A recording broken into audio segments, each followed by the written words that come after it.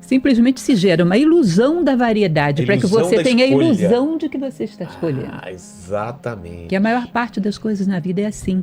Se você pega, na verdade, a gente tem duas opções: a opção do metafísico e do físico, a opção do ser ou do ter. Dentro desse mundo do ter, as inúmeras opções são muito pequenas, na verdade, reduzem a pouquinhas coisas. É o prazer sexual, é o prazer do apetite. Você tem aí alguns prazeres, esses prazeres, milhares de coisas muito parecidas sendo oferecidas, muito parecidas. Tá? Muito pouca opção, na verdade.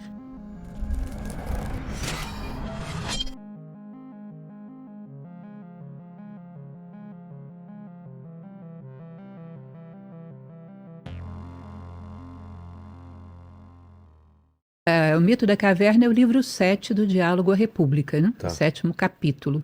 E esse mito, ele basicamente, você falou um pouco dele, vários prisioneiros dentro de uma caverna, Correntados, né? presos a Presos, essa caverna, de tal maneira que até a liberdade de movimentos para olhar para trás eles não tinham. E atrás deles um muro, e por trás desse muro uma fogueira. Entre essa fogueira e esse muro passam pessoas carregando objetos, e essas sombras desses objetos batem lá na parede para onde os acorrentados estão olhando. E também as vozes desses que passam, através de um efeito de eco, vai bater lá.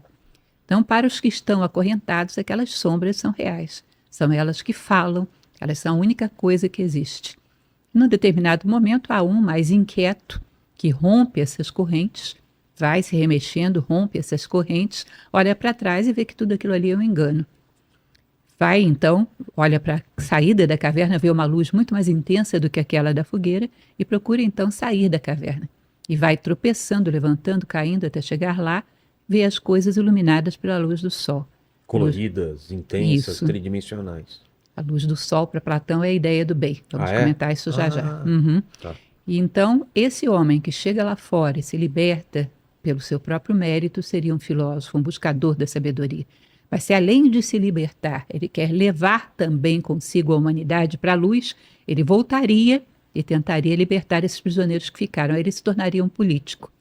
Diz que quando uma pessoa deseja um posto de governo, é sinal de que ela não é o político. Um político teria que fazer um sacrifício de voltar atrás para conduzir as pessoas para fora da caverna. Se deseja porque isso é algo que está acima dele. Entendi. Então não é ele. Tá? Então, basicamente, esse mito da caverna, que se aplica a várias coisas na realidade, né? Mas no seu plano mais sutil, ele falaria a respeito do materialismo, da realidade material onde nós estamos. Se você considera a maneira como nós vivemos, o que é real para nós, são coisas palpáveis, coisas perceptíveis através dos sentidos.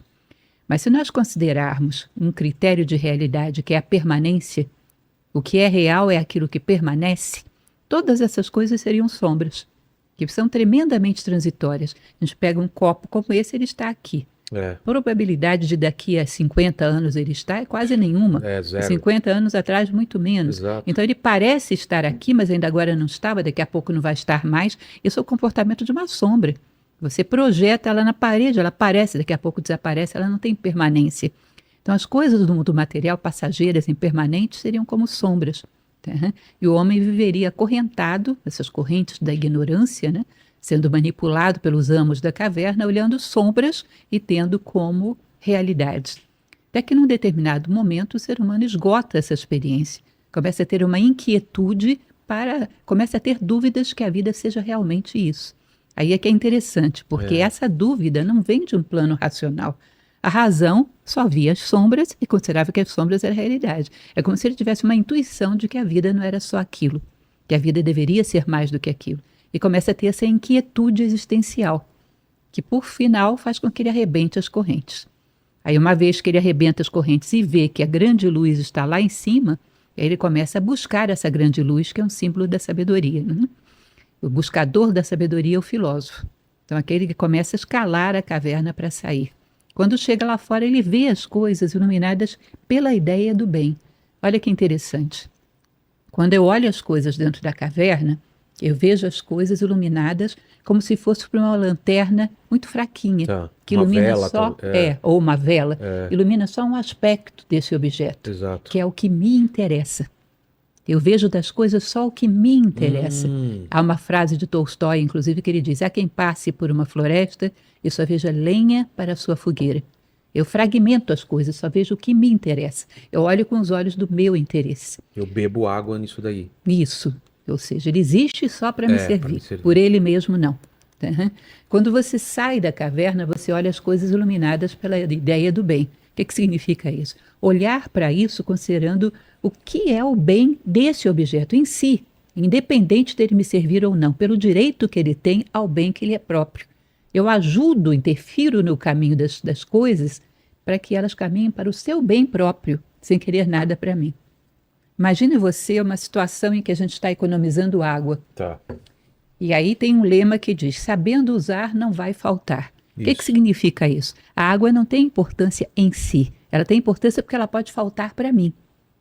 Entende? A água, como um ser da natureza que merece, tem o direito de estar aqui tanto quanto nós, que tem que ter a sua capacidade de fluir, de realizar aquilo que lhe é próprio, de umedecer a terra, ela em si não tem valor para nós. Ela tem valor a partir do momento que ela me serve. Ou seja, eu não vejo as coisas como seres que merecem tanto respeito quanto eu. Vejo como algo que me serve. E eu só me interesso por aquilo que me serve. Tá? Então, ver as coisas iluminadas para a ideia do bem é querer o bem das coisas sem querer tirar nada para si. Respeitar as coisas pelo que elas são. As coisas em si mesmas. E como que é recebida essa ideia, esses livros de Platão na época? Ele já tem um impacto na época ou só depois? Ele tem um grande número de discípulos, né? Ele constitui uma escola, que é a academia. Tá? Um dos seus discípulos, inclusive, vai ser Aristóteles. Tá? Agora, não era uma maioria na sociedade, nunca foi, mas era um grupo significativo. A academia reunia um grupo significativo de jovens que se dedicavam a buscar o conhecimento através de diálogos.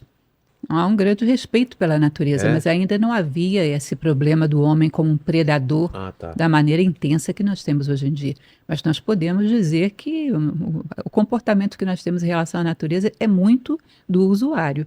Ela me interessa porque ela me dá um monte de coisas. E só, né? É um fim... Exato. Ela é tomada como meio. Como meio, né? Por um fim X. Exato. Como um ser em si que merece respeito por ela mesma, não. E por isso somos predadores.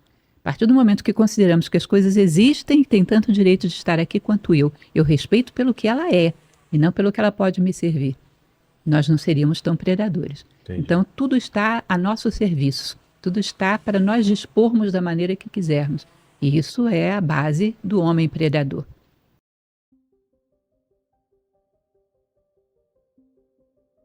O que isso acarreta na cabeça das pessoas quando você tem uma infinidade de opções e ao mesmo tempo você fica naquela tensão, uma ansiedade de será que eu estou perdendo alguma coisa? E aí? Na verdade, eu acho que tem um pouco de ilusão da gente pensar que existem tantas opções assim. Recordo que uma vez eu vivi um fato muito prosaico, mas muito interessante.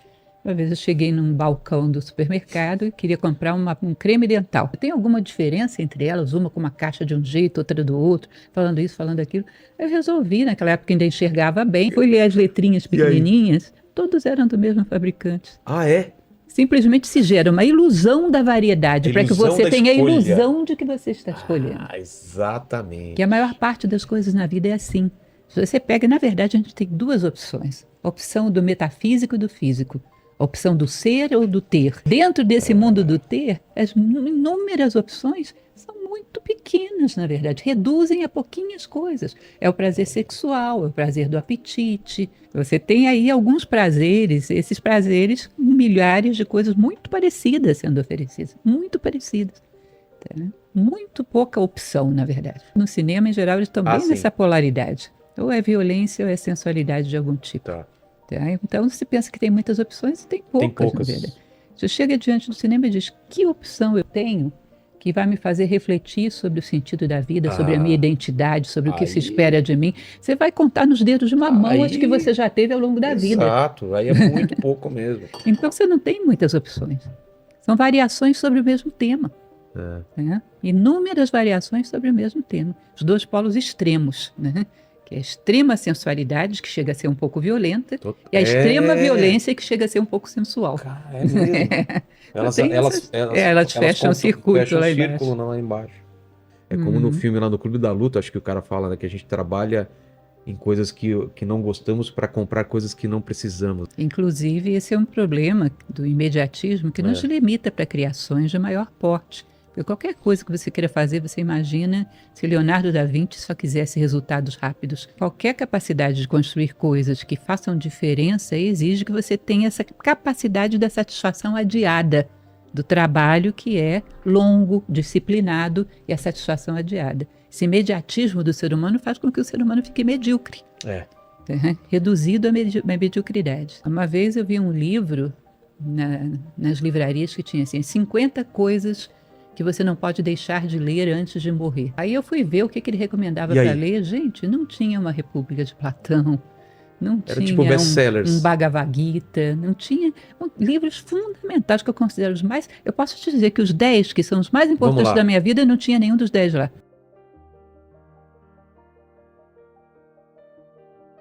Mas a República de Platão, com certeza, tem um pouco de tudo, é um diálogo maravilhoso. Você pode pegar os Analetos de Confúcio, são fundamentais. Vai pegar um Dhammapada budista, um Bhagavad Gita indiano. O que mais que eu poderia falar? Uma Voz do Silêncio, que se baseia no pensamento tibetano. Falando de livros que eu penso que são altamente estruturantes, um Ramayana, que é um clássico indiano, sensacional. Fala o quê? Sobre o quê? Ramayana é um épico indiano que conta a história de um príncipe que teve a sua esposa roubada e vai combater para recuperar a sua esposa, só que ele é todo simbólico e ele fala do ser humano, de todas as suas fraquezas de existência. Muito bonito, esse épico é de uma beleza impressionante, é um dos livros mais belos que eu já li. Bom, é lógico que a gente tem que ir para os lugares comuns e inevitáveis, né? Você tem que ir para um Dom Quixote. Falamos junto aí. Dom Quixote não tem como escapar dele de jeito nenhum, é sensacional. Tá? Você Moby Dick? Moby Dick é fantástico, ainda tenho vontade de fazer uma palestra sobre Moby Dick. Você pode pegar um dos dramas shakespearianos também. Eu colocaria Otelo. Tá. Acho tão sofrida aquela experiência do Otelo, acho uma coisa maravilhosa. Pega um Tao Te Ching. O que é Tao Te Ching? É o livro sagrado do taoísmo, o pensamento de Lao Tse.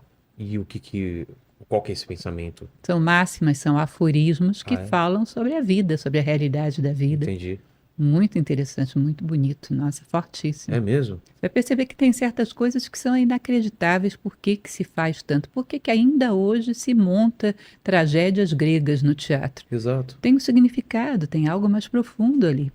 Você pegar, por exemplo, na mitologia grega, Cronos devorando todos os seus filhos. É o tempo devorando todos nós. Tá? Se você pega, por exemplo, no mito arturiano, Guinevere traindo Arthur com Lancelot. É a nossa psique traindo a nossa essência com as coisas passageiras do mundo, com as coisas fugazes. Então, esses mitos, essas histórias tradicionais, esses grandes épicos, estão contando a história do ser humano. A busca do Santo Graal. Isso. Inundações, reconstrução depois dessa... A inundação exatamente porque a água é muito símbolo do mundo material pela horizontalidade. Se você pega um copo como esse, de todo jeito que você vira ele, a água está sempre horizontal. Exato. Se eu pegasse uma tocha, de todo jeito que eu viro, o fogo está sempre vertical. Então, essa é a cruz do mundo, representa o mundo material e o mundo espiritual. Então, muito disso de estar engolido pelas águas, mergulhado nas águas, é uma pessoa ter caído no materialismo. Entendi. E aí depois emerge, vitorioso, sai dali. Até mesmo um Pinóquio de Carlo Collodi tem essa menção. O Jonas, né? Isso. Dentro da baleia. Entrar no mundo material e saber passar por cima dele, ser vitorioso, ir além, voltar. Clássico não é sinônimo de antigo. Tá. Pode ser uma coisa até nova. Falei de Pinóquio de Carlo Collodi, por exemplo. Pode ser até uma coisa nova, mas que segue uma estrutura baseada realmente na experiência humana. Porque tem histórias contemporâneas nossas que não têm sentido nenhum. Não tem sentido, não obedece a sentido nenhum. E por que a gente tem essa fixação com a figura do herói?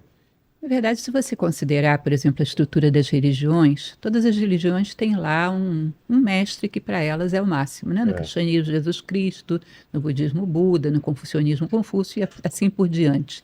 Mas se você se coloca diante de um ser desse, muitas vezes ele está numa distância muito grande. Inalcançável. É inalcançável. Você não se sente em condições de ser igual a Buda, ou qualquer coisa do tipo. Um herói, ele é uma pessoa que está dentro do contexto da humanidade em geral. Poderia ser eu. Poderia ser qualquer pessoa ao seu lado. E, de repente, numa conjunção de fatores, numa circunstância que acontece na vida dele, ele vai muito acima do que o ser humano mediano vai. Ou seja, você olha de fulano, não, se fulano pode, eu também. Portanto, o herói, ele relembra quão grande o ser humano pode chegar a ser. Ele aumenta o teto de possibilidades da humanidade. Entendi. Então, ele é algo que está no comum e, de repente, vem até aqui. Ou seja, se ele pôde, eu também posso. Então, ele devolve ao homem a crença em si próprio. Ele inspira. Isso. Devolve a crença em si próprio e mostra o quão grande nós podemos chegar a ser.